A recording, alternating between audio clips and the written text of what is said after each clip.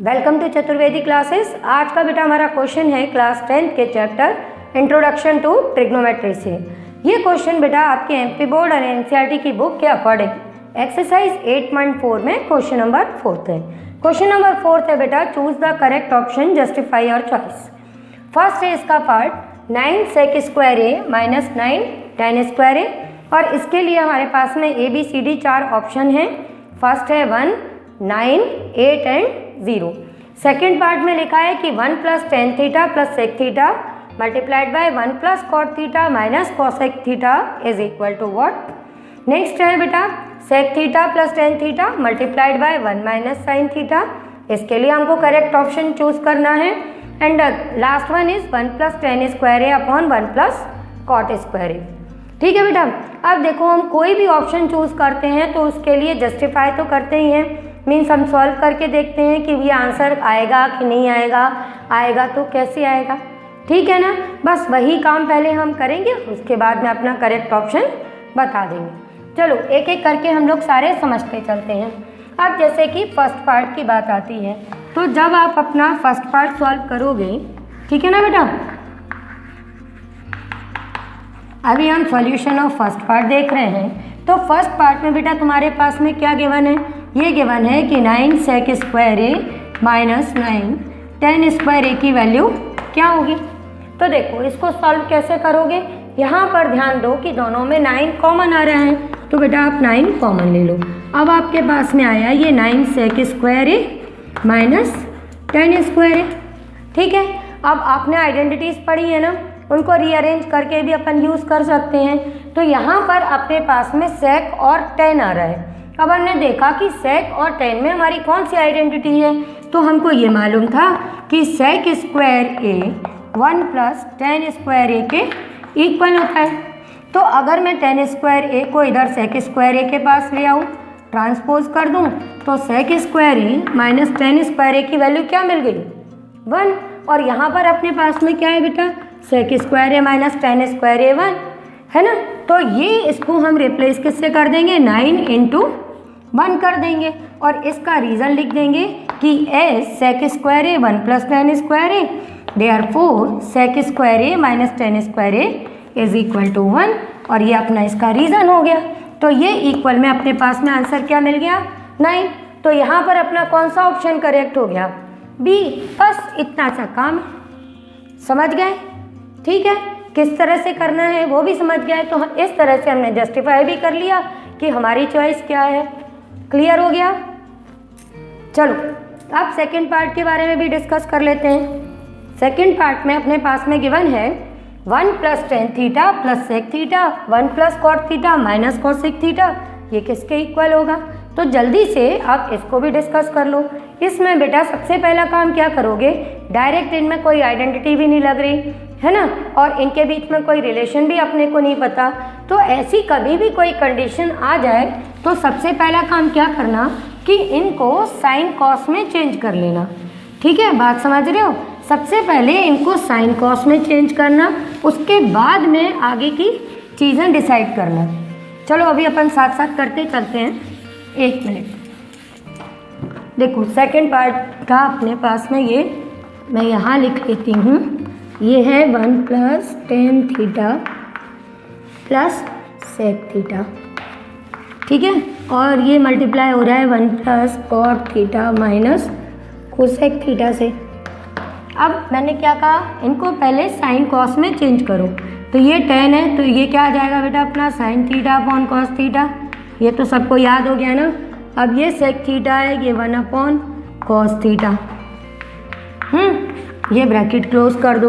अब यहाँ इसको सॉल्व करो, तो कॉट कॉस का 10 का रेसिप्रोकल है, तो ये cos theta upon sine theta हो जाएगा, और कोसेक को लिख दो 1 अपॉन साइन, ये तो साइन का रेसिप्रोकल है ही। अब तो चैप्टर क्लोज होने वाला है, कंप्लीट होने वाला है, तो तुम लोग को याद हो गया होगा है ना। ये करने के बाद में अगला स्टेप दिख ही रहा है कि अभी तो हम कुछ नहीं कर सकते, चलो एलसीएम लेना पड़ेगा। एलसीएम ले लो कॉस, तो ये आपके पास में आ जाएगा cos theta plus sine theta plus 1। Okay, और जब आप इस ब्रैकेट को सॉल्व करोगे तो आपके पास में साइन थीटा एलसीएम में आएगा और ये चेंज हो जाएगा आपका साइन थीटा, ठीक है, प्लस कॉस थीटा -1 में।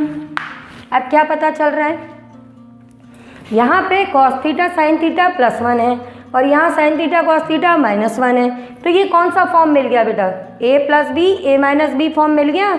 समझ में आ गई बात। तो ये a + b a - b form है, तो हम इसको इसी में आगे बढ़ाते हैं, है ना, और उसके बाद में देखते हैं कि क्या रिजल्ट आता है।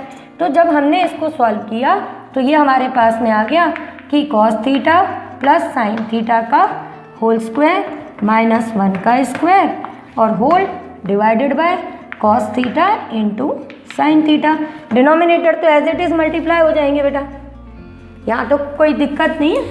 अब ये अपना a + b होल स्क्वायर है, तो यहाँ पर हम a + b whole square use करेंगे, तो ये अपना आ जाएगा बेटा a² + b² + 2ab means cos into sign, ठीक है बेटा, और -1 एज इट इज़ डिनोमिनेटर का cos into sine as it is.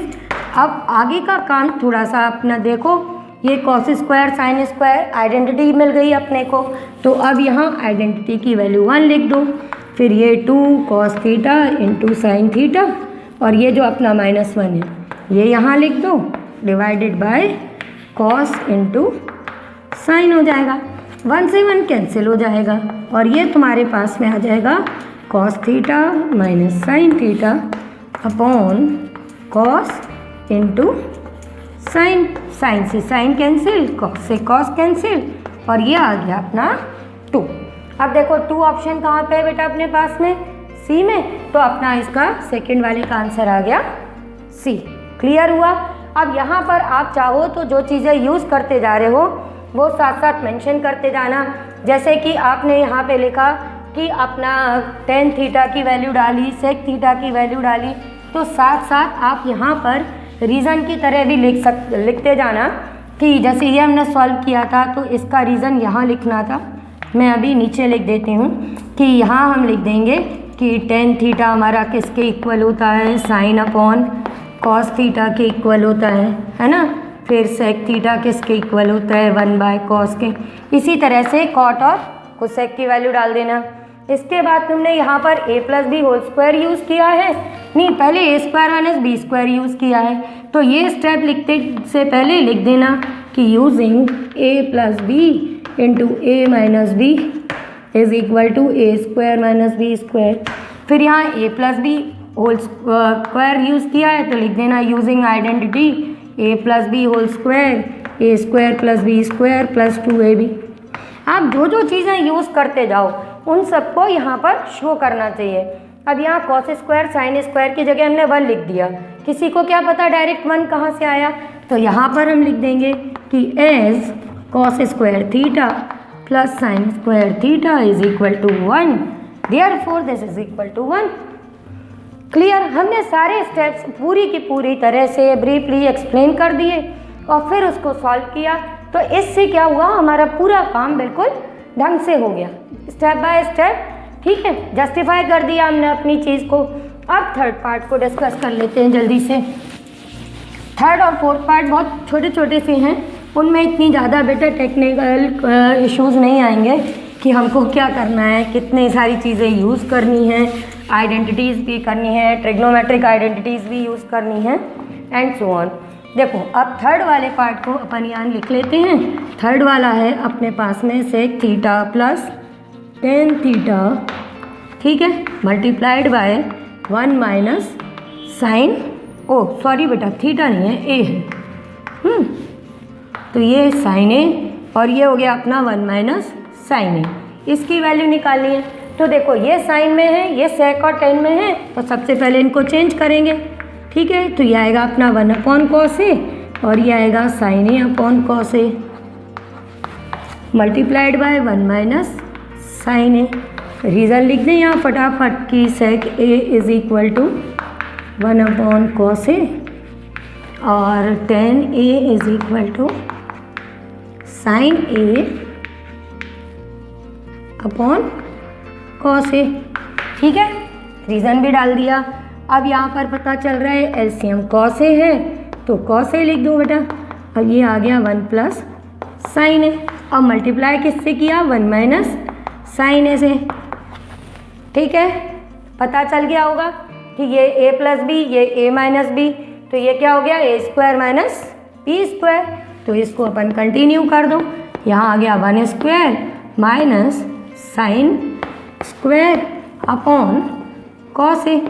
फिर रीज़न लिख दो कि A plus B A minus B is equal to A square minus B square.